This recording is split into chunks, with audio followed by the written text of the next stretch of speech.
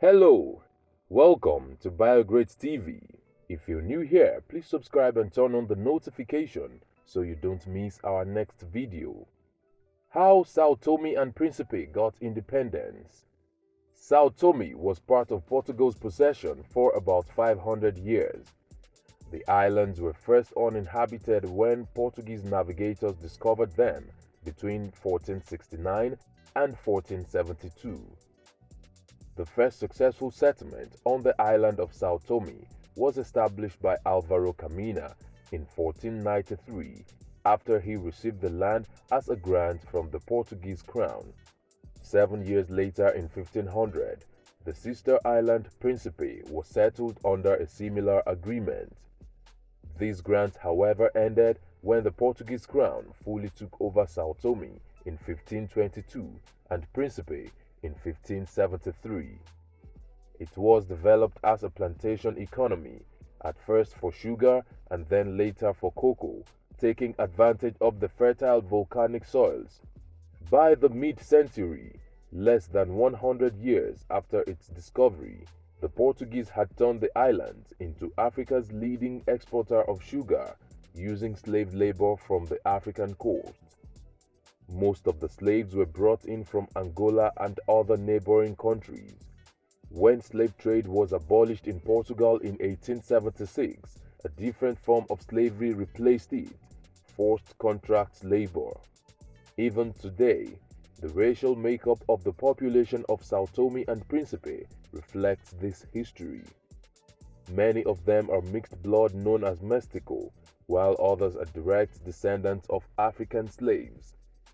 With time, other cash crops like cocoa and coffee were introduced, supported by the fertile volcanic soil of the island. By 1908, Sao Tome was the largest producer of cocoa in the world, but this feat was achieved by utilizing forced contract laborers working under the most terrible manner of conditions. There was a high level of abuse of the laborers by the plantation owners. In the 1900s, these abuses gained international publicity and generated a lot of controversy as the plight of the mostly Angolan laborers were exposed to the world. There were many labor unrest through the years until 1953, when it blew over to full-scale riots. As is always the case in such situations, the biggest casualties were the African laborers. Several hundreds of them were killed by the Portuguese authorities in those clashes.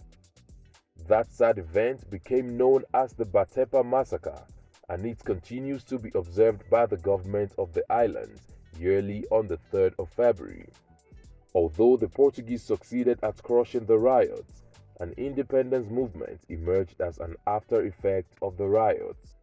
By the late 1950s, the same period other nations in the African continent were attaining independence or at the verge of getting theirs.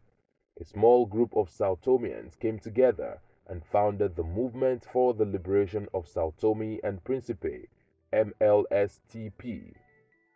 This became the major platform for the agitation for self-determination for the islands. Unable to operate freely on the islands, they were forced to establish a base in neighboring Gabon.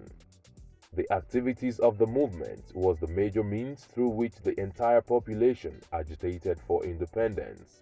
By the 1960s, the movement grew stronger and louder.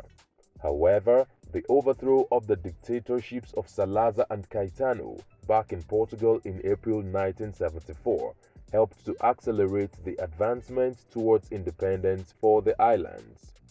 When the new Portuguese regime got in, it was committed to the dissolution of its overseas colonies.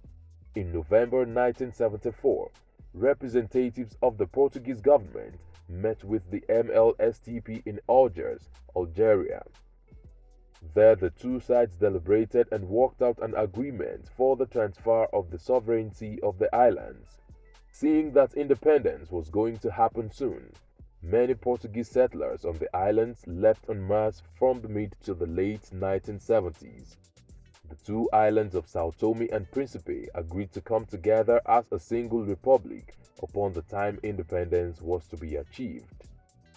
Leaders of the MLSTP reached an agreement with Portugal on the 25th November 1974, which provided that colonial rule should end with elections to a constituent assembly.